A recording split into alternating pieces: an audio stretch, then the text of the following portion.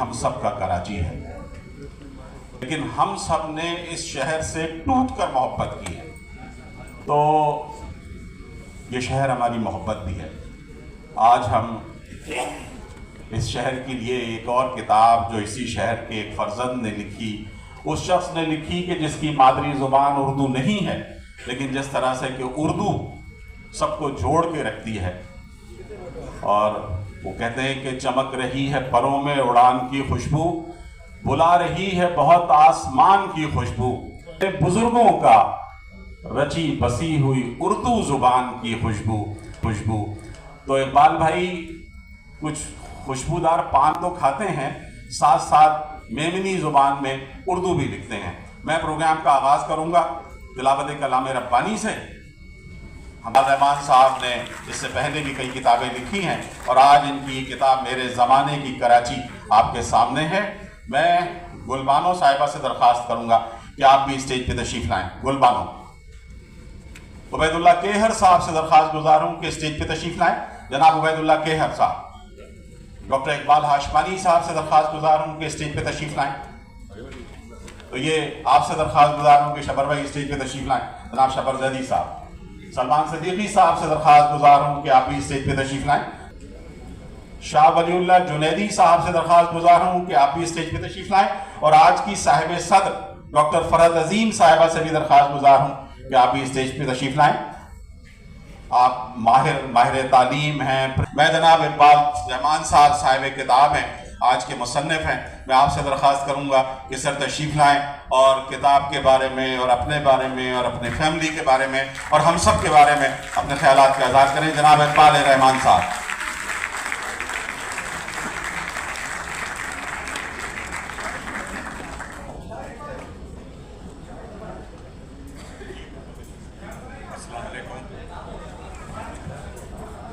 اس تقریب میں آپ سب لوگ تشریف لائے، بہت شکریہ۔ ایک تقریب میں مجھے صدارت دی گئی تھی، تو جب مجھ سے کہا کہ مسند کی اجازت سے ہم کہنا چاہتے تو میں سمجھا ہی نہیں، تو انہوں نے کہا یہ مسند، پھر میں نے کہا بھائی دیکھیں میں تو صدر بھی آپ سمجھنے لگا ہوا نام صدر کے بعد ایمپریس مارکیٹ، اس کے بعد گولڈن مارکیٹ۔ تو آج کی جو تقریب ہے اس میں صدر کی مسند پہ جو چاو سے اقبال بھائی کہتی ہے، تو میری بہن ہے، ان کی اجازت سے میں شروع کر رہا ہوں۔ شبر زیدی صاحب نے بھی ابھی بہت خوبصورت باتیں کی، باقی سارے دوستوں کا بھی شکریہ کہ انہوں نے اظہار خیال کیا۔ اصل میں تحقیق کی جو بات ہے اس کے لیے میں نمبر دوں گا اپنے بڑے بھائیوں کو، جو مجھے جہاں بھی بھیجتے تو کہتے تھے کہ جہاں بھی کوئی سڑک پہ بورڈ نظر آئے، کوئی جو بھی نظر آئے اس کو پڑھو۔ پڑھتے تھے تو شوق بڑھتا تھا، تو پھر یہ کراچی پر تحقیق اور سب کچھ۔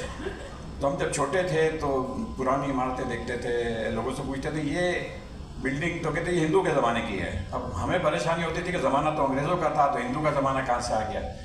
تو بہرحال وہ کرتے بہرحال ابھی باتیں ہو رہی تھیں، کتاب کی تو بہت باتیں ہو گئیں، ابھی بات ہو رہی تھی اردو اور بیمن کی۔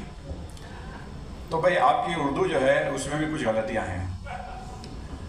مثال کے طور پہ ایک محاورہ ہے جو بولا جاتا ہے کہ کھودا پہاڑ نکلا چوہا، یہ اردو کا محاورہ نہیں ہے، نہ کہاوت ہے، کیونکہ اس کے اندر شعریت نہیں ہے، اس کے اندر تک بندی نہیں ہے۔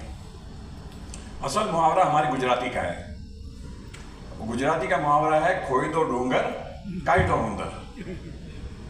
ڈونگر کہتے ہیں پہاڑی کو، ہوندر کہتے ہیں چوہے کو۔ دیکھیں اس کے اندر شعریت ہے، کھوئی دو ڈونگر کائی دو۔ اچھا وہ محاورہ اس طرح کا ہے کہ کھودا پہاڑ نکالا چوہا، جو ہے یہ لفظ جو ہے وہ بازار کا گلیوں کا لفظ ہے، اور اس کے ڈکشنری میں شامل کیا گیا ہے۔ یہ بازار کا گلیوں کا لفظ نہیں، یہ ہماری گزار کہتے ہیں جوا کو، گیمبل۔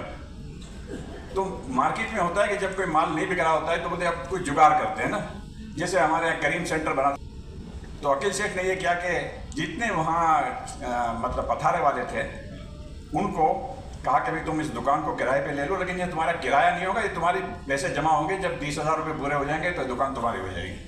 تو یہ ہوتا ہے جگاڑ۔ تو جگاڑ سے جگاڑ بنا، اور اس کو پھر لوگوں نے کہا کہ اچھا پھر یہ پتھارا جو ہے، یہ اب ہمارے دیکھیں نا آپ کی، یہ بھی ہمارے گجراتی کا لفظ ہے، پتھاری مطلب بستر، تو پتھارا پھیلا ہوا بستر۔ تو میرے کہنے کا مقصد یہ ہے کہ زبانیں جو ہوتی ہیں وہ اثرات قبول کرتی ہیں. صرف میرا جو اعتراض ہے وہ یہ کہ دیکھیں ہماری سندھی ہماری میمن برادری ہے. میرے بڑے بھائی صاحب تھے وہ جب بات کرتے ہیں کہ اس کو انوبھو کتنا ہے, کیونکہ انہوں نے انڈیا میں رہے تھے, گجرات پڑھی تھی, اس کا انوبھو کتنا ہے. ہم کہتے ہیں تجربہ کتنا ہے. یہ جو پتیلا ہے, پتیلا یہ 1975 تک میمن گھرانوں میں تپیلا تھا, اب پتیلا ہو گیا. جیسے ہماری لوکل زبانوں کی, جیسے ہم لوگ ہمارا تیل کا کاروبار ہے, تو پہلے کہتے تھے ایک ڈرم سے دوسرے ڈرم میں اس کو پلٹ دو. لیکن جو 1965 سے پہلے تک یہاں بلوچ لیبر تھی, وہ کہتے تھے ڈرم کلٹی کر دو. تو اب اس وقت پوری مارکیٹ میں کلٹی کا لفظ ہے. اور کلٹی کا لفظ تو یہاں ایک مسجد تھی لیاری میں,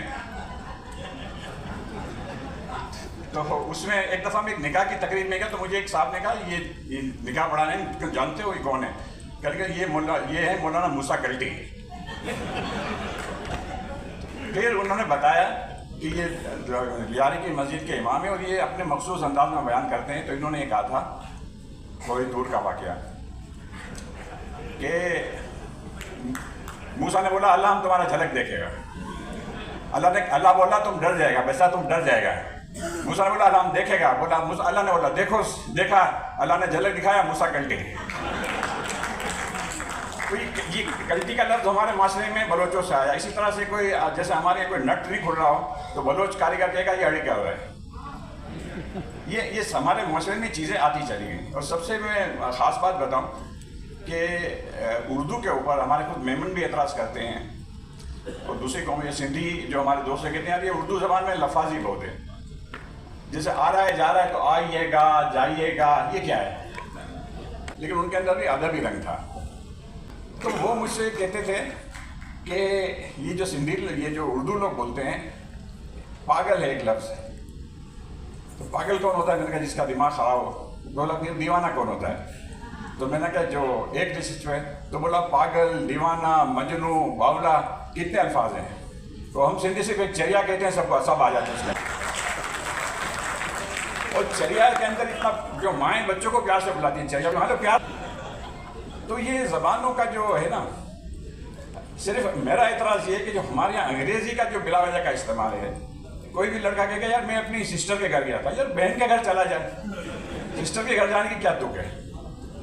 تو میں نے جب ایک لکھا تھا کہ اردو کے لیے ایک دوائی ہے, تو مجھے احمد عاطف صدیقی نے فون کیا کہ اقبال صاحب آپ کی یہ کورس جو ہے نا یہ بہت وہ کیا نہیں بہت وبائی ہو رہی ہے, کیونکہ میں وائرل کہوں گا تو آپ ناراض ہوں گے. تو یہ ساری چیزیں ہیں. تو ابھی جن لوگوں نے گفتگو کی کتاب پر میں ان کا شکر گزار ہوں. اور اردو جو ہے اب وہ ہمارے میمن گھرانوں میں بھی آ گئی ہے, ہم اردو میں ہی بات کرتے ہیں. لیکن ہماری جو گجراتی زبان ہے اس کا میں آپ کو آخر کو بتاؤں کہ ہم جب ہماری الفابیٹ اسکول میں پڑھتے تھے نا, تو الف سے انار, بے سے بلی, پے سے پتنگ. تو جب رے آتا تھا تو بتا رے سے پہاڑ. تو ہمارے بھائی کہتے تھے کہ یار یہ کیا بات ہوئی, رے سے پہاڑ, پے سے پہاڑ ہوگا, رے. تو گجراتی جو الفابیٹ تھی, کاگڑا نو کا, کھٹارا نو کا, اس میں آتا تھا ڑ کوئی نو نہیں, ڑ کسی کا نہیں ہے. تو یہ میمن اس زمان میں میمن کہلاتے تھے. تو میمنوں کا کہ میمن کسی کا نہیں, جو جہاں 2 پیسے کا فائدہ وہیں جائے گا. لیکن فی زمانہ گجراتی الفابیٹ میں بھی ڑ جو ہے وہ الفاظ ڑ سے نڑ کہتے ہیں نل کو, ٹوٹی کو.